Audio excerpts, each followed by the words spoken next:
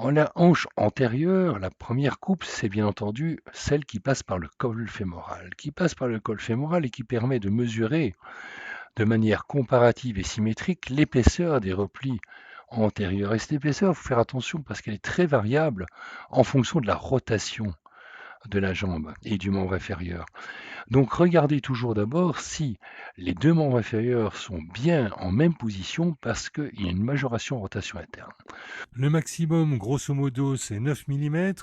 Mais c'est surtout une différence de 2 mm qui sera importante pour juger d'une pathologie articulaire sous-jacente. Ensuite, on va remonter légèrement la sonde au pôle supérieur de la tête pour étudier le labrum. Le labrum qu'on va balayer de latéral en médial et qui est bien individualisé sous la forme de ce triangle hyperéchogène qui tapisse le pôle supérieur de la tête.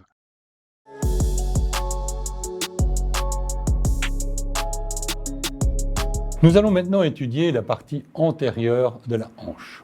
Pour ça, on va commencer par l'articulation coxofémorale et ce qui est vraiment très important, c'est que les pieds sont dans la même position. Parce qu'on va comparer l'épaisseur des replis capsulo-synoviaux antérieurs entre la hanche droite et la hanche gauche, mais si les pieds sont en position différente, l'épaisseur des replis n'est pas la même et donc la mesure ne sera pas valable. Dans le plan sagittal, le pied étant en rotation neutre,